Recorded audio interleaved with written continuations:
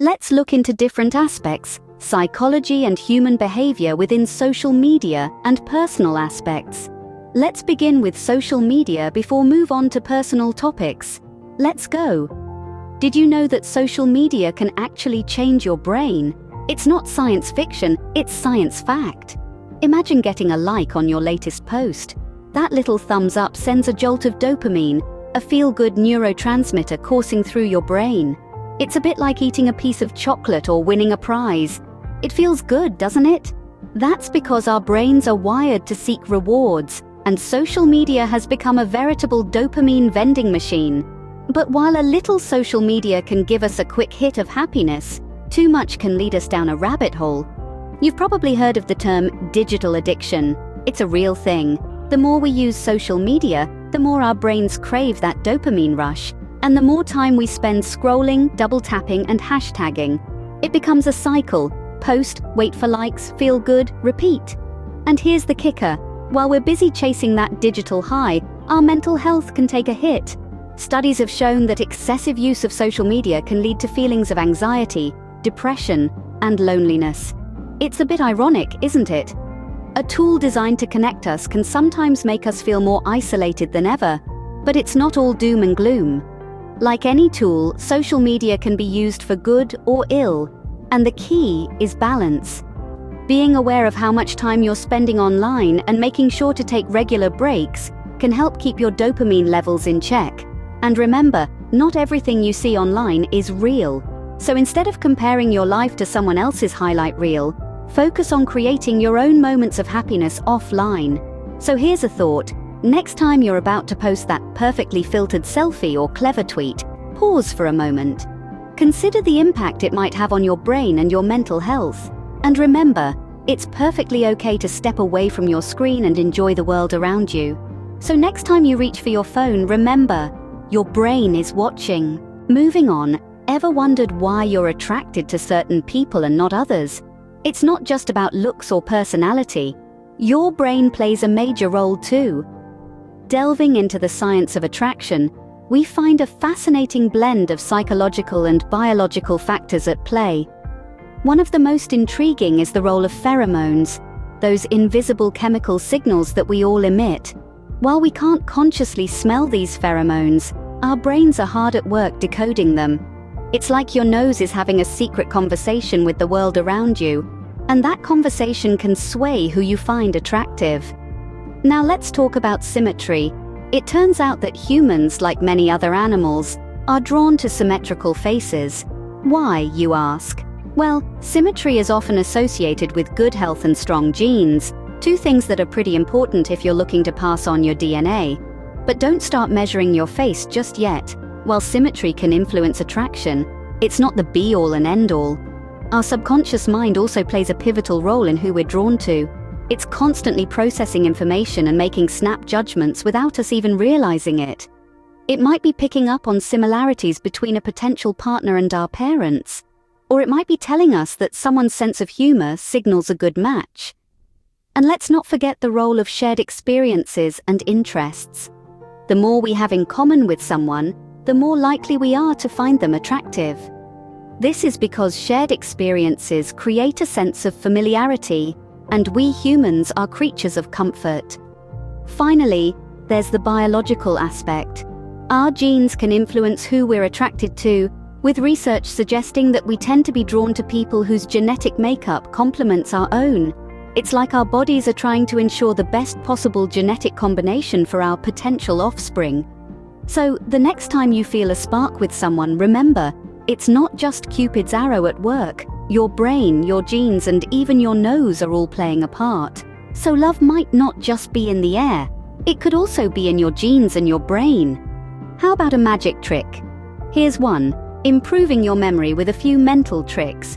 Now, while I might not be able to pull a rabbit out of a hat, I can certainly conjure up some techniques to help you remember where you left your keys. One of the most powerful techniques is the method of loci.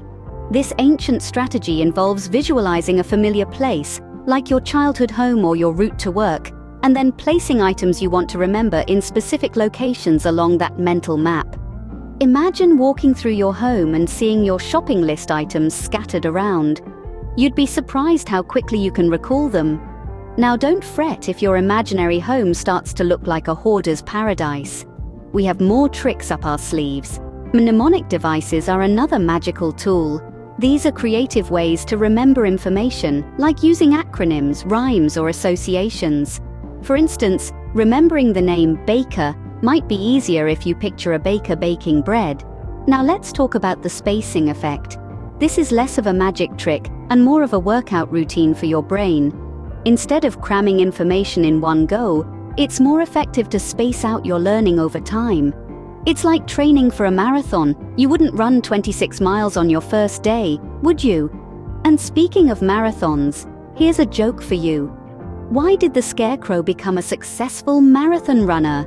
Because he was outstanding in his field. Now, if you forget that punchline later, it just goes to show how important memory is. In the end, whether you're trying to remember a joke, a name, a shopping list, or even where you left your keys, these mental tricks can help.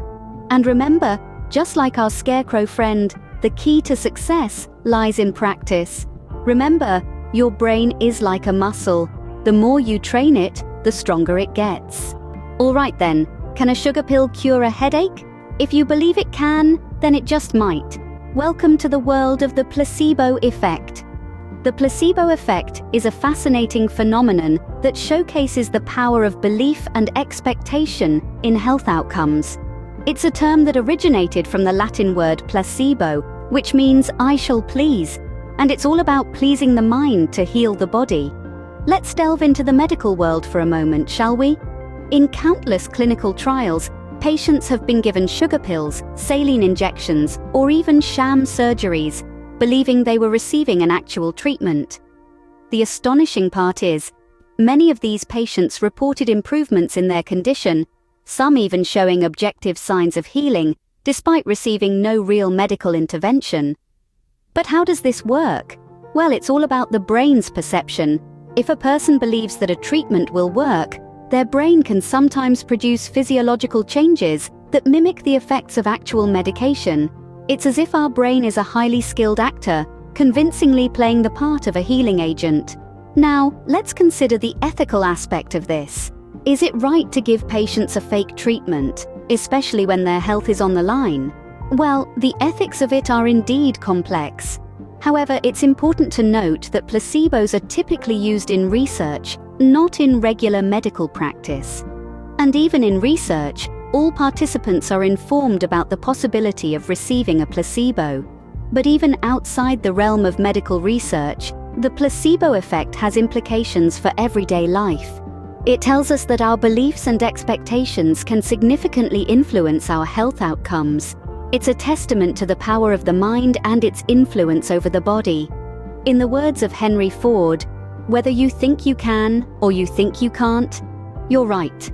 The placebo effect is a perfect illustration of this sentiment, proving that our minds hold more power than we often give them credit for. So next time you feel a bit under the weather, remember, mind over matter. Okay viewers, ever thought you were completely rational? Think again. Your brain is full of biases that can lead to some pretty irrational decisions. Let's dive into the fascinating world of cognitive biases. These are essentially mental shortcuts or patterns of thinking that can sometimes lead us astray. They shape our perceptions, our memories, and most importantly, our decisions. First up is the ever-pervasive confirmation bias. This is the tendency for us to favor information that confirms our existing beliefs or values. So, if you're a firm believer that cats are superior to dogs, you're more likely to remember and agree with articles praising feline companions and dismiss those that favor canines. This bias can make us less objective, and it's a good reminder to always seek out and consider opposing views. Next, we have the anchoring bias. This is our tendency to rely too heavily on the first piece of information we encounter, the anchor, when making decisions. Imagine you're buying a car, and the seller asks for $20,000. Even if you negotiate the price down, that initial figure has already influenced your perception of what the car's worth. So don't let the anchor pull you down. Try to approach each decision with a fresh perspective. Then, there's the hindsight bias. often referred to as the "I knew it all along" effect. This is our tendency to believe, after an event has occurred, that we predicted or could have predicted the outcome. It's like when you watch a mystery movie for the second time, and you feel like you can predict all the plot twists. But really, you couldn't have known the first time around. This bias can make us overconfident in our predictive abilities and can lead to poor decision-making. These biases impact our daily lives, from the mundane to the monumental. They can affect how we interpret news, how we remember events, even how we vote. But fear not. Awareness is the first step to mitigating these biases. By recognizing these patterns of thinking, we can question our automatic responses and strive for more rational decision-making. For instance, to combat confirmation bias, make a conscious effort to seek out differing opinions. To counteract anchoring bias, try to gather as much information as possible before making a decision. And to deal with hindsight bias, keep a decision journal to record your thought process and predictions before significant decisions or events. So the next time you catch yourself saying, "I knew it all along," or stubbornly clinging to your initial thoughts, take a pause. Ask yourself, is this my irrational mind at play? Because chances are, it might be. So remember, your brain might be playing tricks on you. Stay vigilant. Did you know that up to 40% of your daily activities are habitual? That's right, your habits are running the show. Imagine your brain as a theater, and your habits, the stars of the show. They're the ones who take the stage without an audition, without a rehearsal. They just show up, and they're so good at their performance that your brain gives them a standing ovation every time. Now, let's talk about the structure of a habit. It's a 3-act play: the cue, the routine, and the reward.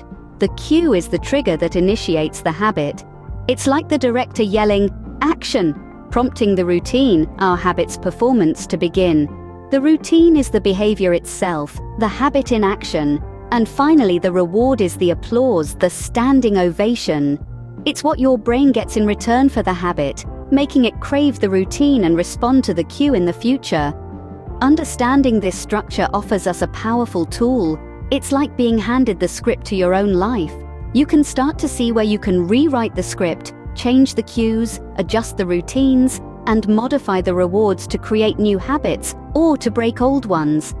Let's say you have a habit of reaching for a cookie every afternoon. The cue might be the time of day or a feeling of low energy. The routine is eating the cookie, and the reward is the sugar rush that gives you a boost. To change this habit, you could replace the cookie with a healthier snack that also gives you energy. The cue and the reward stay the same, but the routine changes. This isn't to say it's easy. Changing habits requires effort, patience, and perseverance. But understanding the structure of habits gives us a roadmap, a way to navigate the complex terrain of our behaviors. So whether it's biting your nails or always having a midnight snack, remember, understanding your habits is the first step to changing them. That's it, folks. Please subscribe and help the channel. We really appreciate the love. Until next time.